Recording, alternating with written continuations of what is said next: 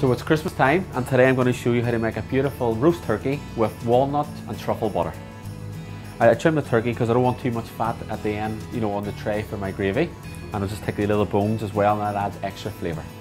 So basically I'm just going to keep these little wing tips, put them onto the tray. And I'm just going to basically get my hands in here, and I just want to sort of pierce the skin underneath the flesh. And that's where we're going to put our beautiful truffle butter. And I always think, turkey gets a bad sort of reputation that it's always dried out and, people overcook it. This is a great recipe, very, very simple. So we're going to put the turkey on top of the tray. So I'm just going to give my hands a little wash. So basically now I'm going to make beautiful truffle and walnut butter. Very, very simple. So in here I've got my lovely butter. Into our Thermomix or a blender, whatever you have. Same with the walnuts. I've got some lovely sage and some parsley. Just roughly chop them. We're going to add a pinch of salt, a pinch of pepper, and a beautiful truffle oil. I always find sometimes with food, if it's a little bit bland, it either needs salt, sugar, or acidity, or a little bit of sweetness, and this oil is amazing. So we're going to just give this about a minute to blitz. So now we're just going to add our lovely truffle butter into this bowl. You could use the butter for any sort of grilled meat, beautiful grilled bit of steak, butter on top, it's absolutely gorgeous, and it can keep in the freezer for a couple of months. It's a great butter.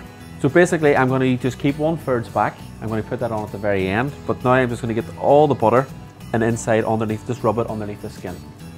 It's also going to keep the turkey beautifully and moist. Give my hands a little wash.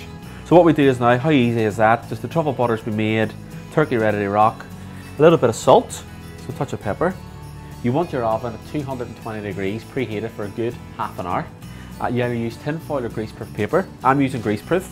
The greaseproof on the turkey like this. Whack it into the oven. Turn it down to 180 degrees. That's it. Forget about it. Don't worry about your turkey. It'll be beautifully cooked, and you don't have to baste it because the butter will be doing all that, and we'll come back 3 hours later. So turkey's in the oven. This is a great little accompaniment to turkey. Every year people do like cabbage and Brussels sprouts. This is basically butternut squash, beautiful bacon, chestnuts, a little bit of honey, and some beautiful thyme. So I'll start off with this beautiful Glensala smoked bacon. I love smoked bacon, some people don't. If you don't like smoked bacon, just use normal regular bacon, but use the Glensala product, absolutely great. So we're going to add a little bit of olive oil to a pan. So we're going to cut the bacon just into sort of centimetre pieces. So basically I'm going to add the bacon to the pan. We're just going to let that fry for about 5 minutes on a sort of medium to low heat. So basically butternut squash, you can use a good peeler, I'm just going to use a knife.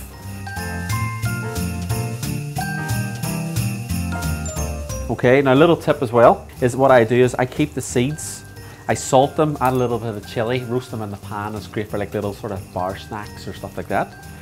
You want to basically cut it about sort of centimetre cubes. So I'll go down again. When I was small at Christmas, it was just basically, remember my dad, taking 2 days to prepare the Christmas dinner. I'm slagging you here, Dad, but enjoy the crack. But basically, Dad used to have the Brussels sprouts peeled before, used to have his turkey cooked the day before, he calls it like turkey parcels. It was just a great time of year, I'm going to add my butternut squash to the pan. So we're going to add a bit of salt, nice bit of pepper. We're going to give it a good stir. So you want to just always scrape the bottom with that lovely bacon flavour. So I'm going to add a little bit of thyme. I'm using fresh. If you don't have any fresh, a little bit of dry rosemary or thyme would be great. So we add the thyme to this. Okay. So I'm going to leave this now for 20 minutes. I'm going to check it after every 5 just to scrape the bottom. Now I'm going to check my turkey. Just been in now for about 3 hours. Absolutely gorgeous. So I'm going to get the butter. I'm just going to spread it all over the legs and the breasts. So my little tip is I'm going to add a little bit of sweetness, some lovely Kildare honey. It's Christmas time, why not? Let's overindulge. But a half a tablespoon, which is loads. It's in there. So back into the oven for another half an hour to 45 minutes, and that's us ready to serve. So basically now I'm going to take us off the heat. I'm going to add my chestnuts. We're sort of going to break them up a little bit with our spoon. Well, I think people should use chestnuts because it's Christmas time, there's loads of them about. We're going to add some of our lovely Kildare honey, about 2 tablespoons of hot water, and the water basically is just adding it, it's like a creamy mashed potato sort of style. So our lovely smashed butternut squash is ready. I just want a little taste. Beautiful. Because we fried the bacon in such a high heat, bacon's still crispy and there's real bacon flavour from it.